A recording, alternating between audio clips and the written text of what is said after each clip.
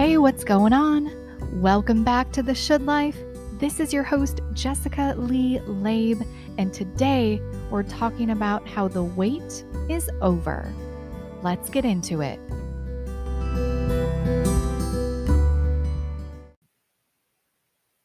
Welcome back. I am so glad that you're here. I have good news for you. Are you ready for it? The wait is over. Have you heard? That's right. The life that you desire is here for you right now.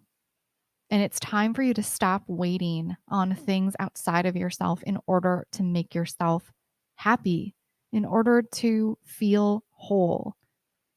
You're waiting for your situation to change before you're feeling the way that you want to feel. And we've got it all backwards. Today, we're going to be exploring what that looks like, the origins of how we got here, and how to move forward. So, I want to start off with a little story. Um, I'll be honest, I don't love talking about myself, but I also know the power of storytelling. And so let's do it. Thank you in advance for listening to my story. So, going through adolescence, I went from being in what I would consider a quote unquote like average body to being in a larger body. And as a result, I was bullied, I was made fun of. Um, a lot of this I never really shared with people in my life because there's so much shame around it, especially when you're going through it, when you're really in it. It's so hard to talk about, so embarrassing. I have this really vivid memory of the high school that I went to my freshman year. We moved after freshman year that had nothing to do with this, but freshman year, there was this stretch of hallway between the cafeteria and the classroom. So to get from the cafeteria at lunch to the rest of your classes, you had to go down this hallway. And every day after lunch, the senior boys would line up on either side of the hallway and would yell out numbers as girls would walk by, numbers 1 through 10, ranking them each as they walked past. As you can imagine, this was the worst part of every day. I fucking hated this part of my day, and I generally tried to make myself invisible. I would try to stay in the middle of my friends so I wasn't on the outside of the crowd.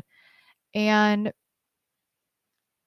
I don't think it's any coincidence that at this part of my life is also when I really honed my good girl persona.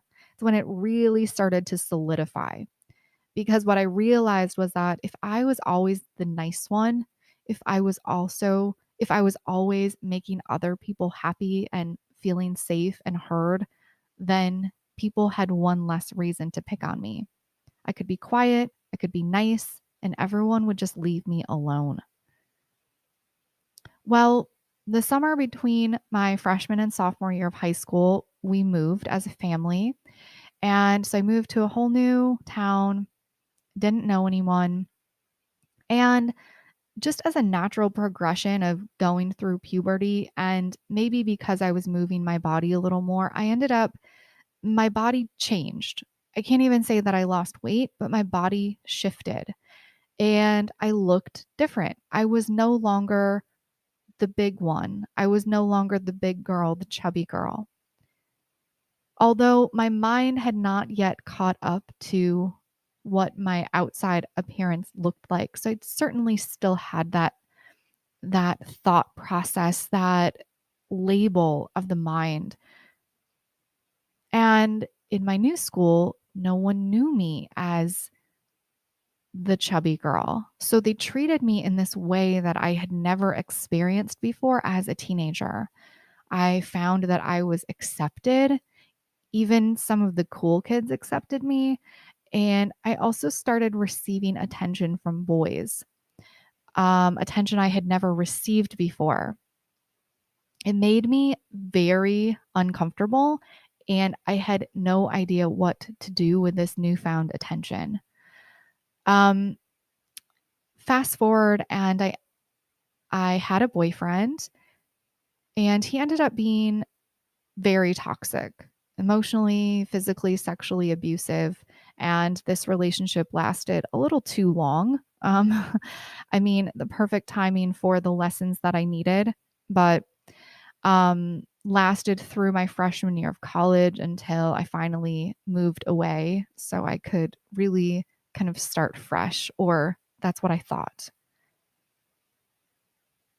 The truth was, at that point, once I had moved, I I decided that no one, especially not a man, was ever going to make me feel the way that my ex had made me feel. But I didn't really have the healthy tools to do anything about that. And so instead of tuning in to how I wanted to feel, instead of looking inward and really doing some deep healing work, I punished my body for putting me in that position in the first place. I was really fucking mad at my body for looking the way that it did because I knew surely if my body hadn't attracted that type of attention, that I would have never ended up in that type of destructive relationship. And I ended up being super destructive as a result. I hurt a lot of people in my life.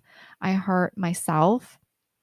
And ultimately, what I was searching for was wholeness and feeling worthy of being in my own body. I really wanted to feel safe in the vessel that was my body, but I felt very unsafe. And I was terrified to look within. So I just continued to reach for more and more.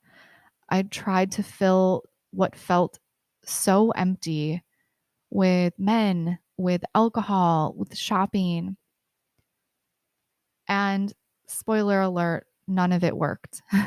In fact, I would always end up feeling more empty than when I started because I was waiting. I was waiting for something outside of myself to fill me up when ultimately the answers that I was searching for were within me the whole time.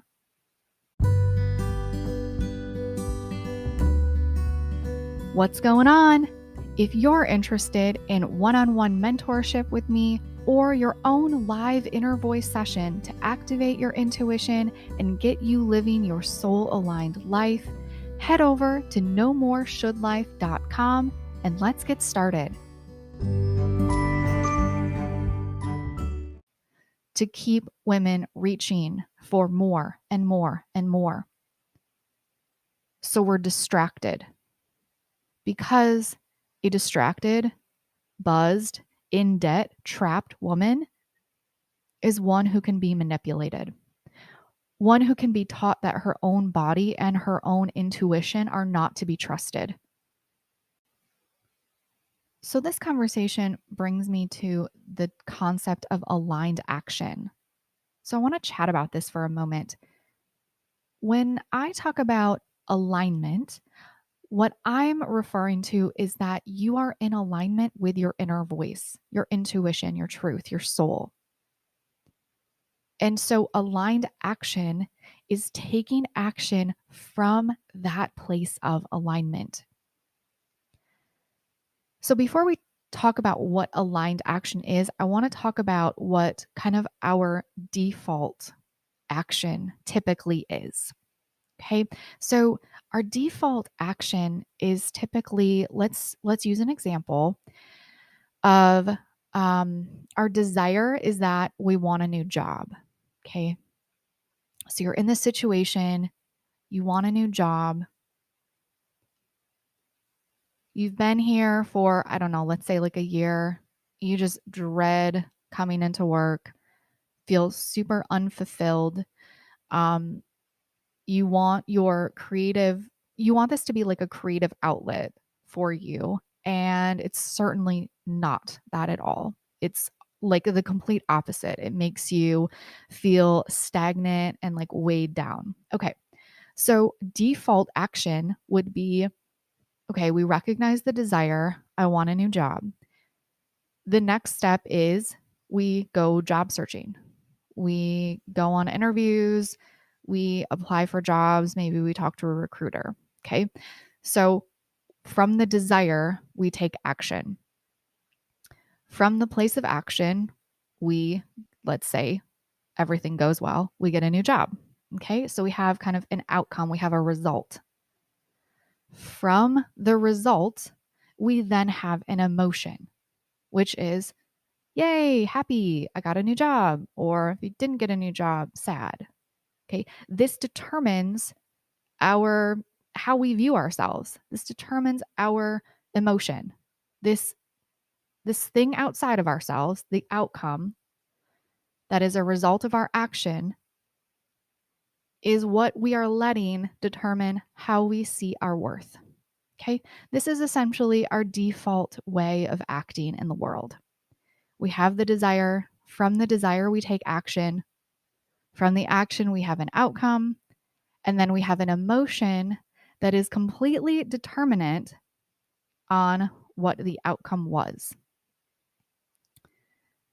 So let's take a look at what it means to take aligned action. Okay. So we still have the desire, but the desire is going to feel different.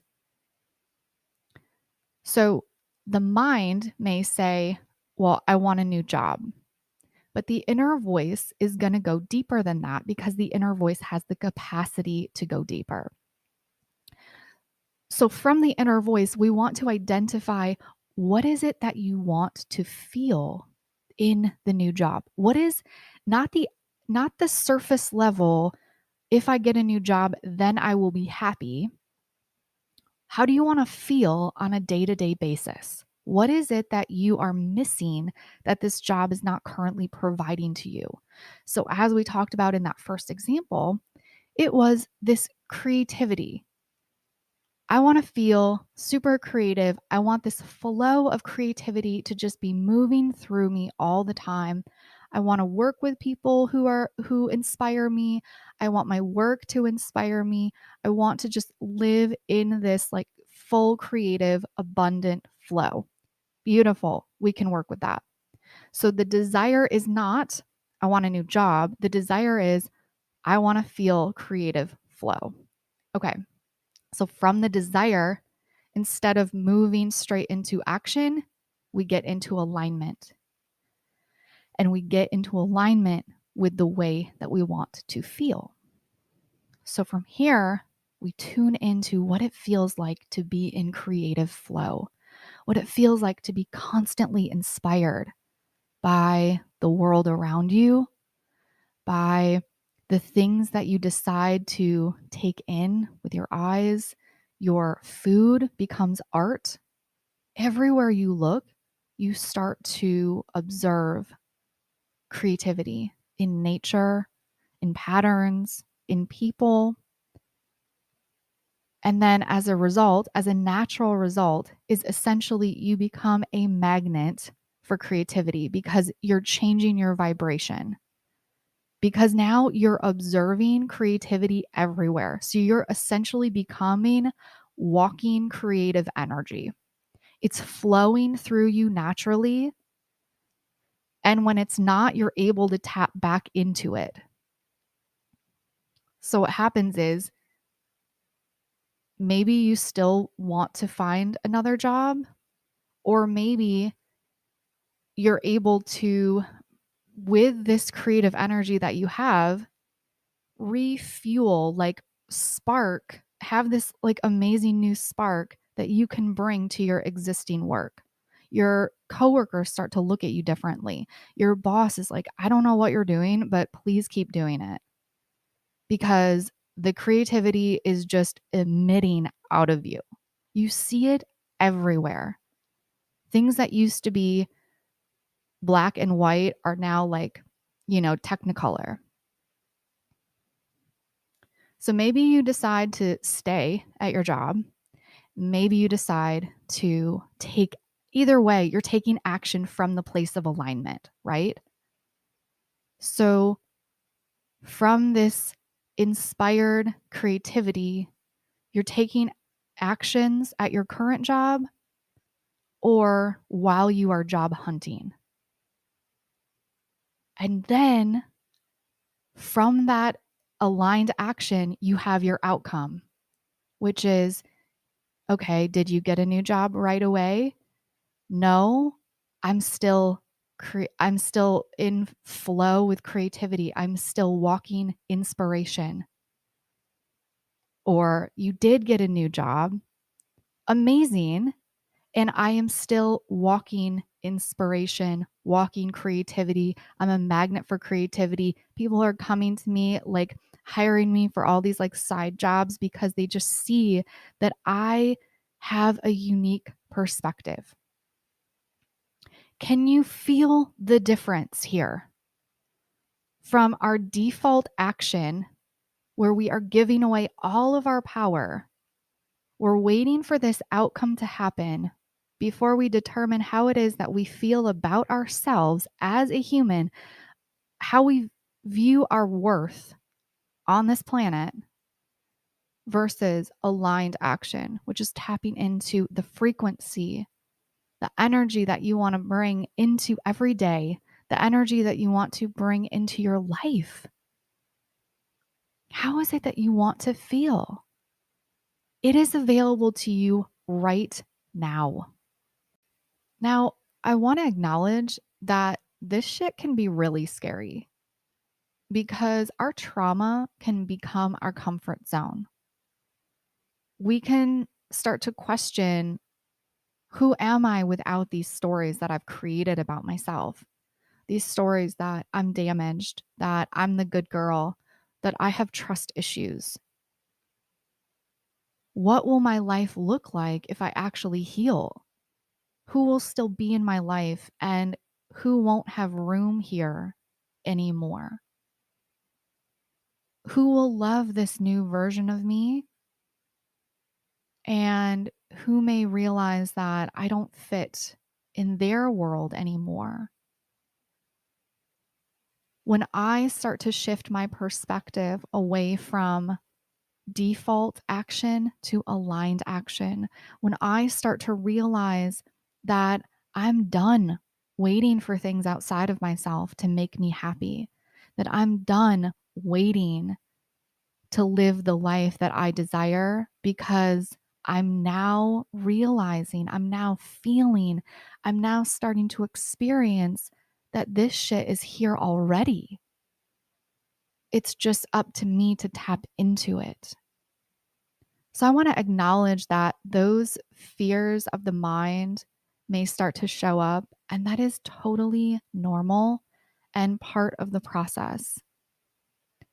And when that happens, you also have the ability to tune into your inner voice and hear your truth in those moments. So, what an amazing episode. This was so freaking fun for me. So, in today's episode, we talked about how your wait is over. You don't have to wait for the life that you want one more second. It is here for you right now. We talked about how women are taught these messages of the should life and how they're complete bullshit.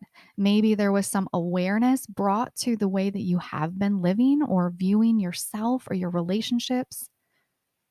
We talked about the difference between default action and aligned action and experience what it actually felt like, the difference between both of those ways of living and how they felt in the body. And we talked about how this can bring up some fears of the mind and how that's totally normal.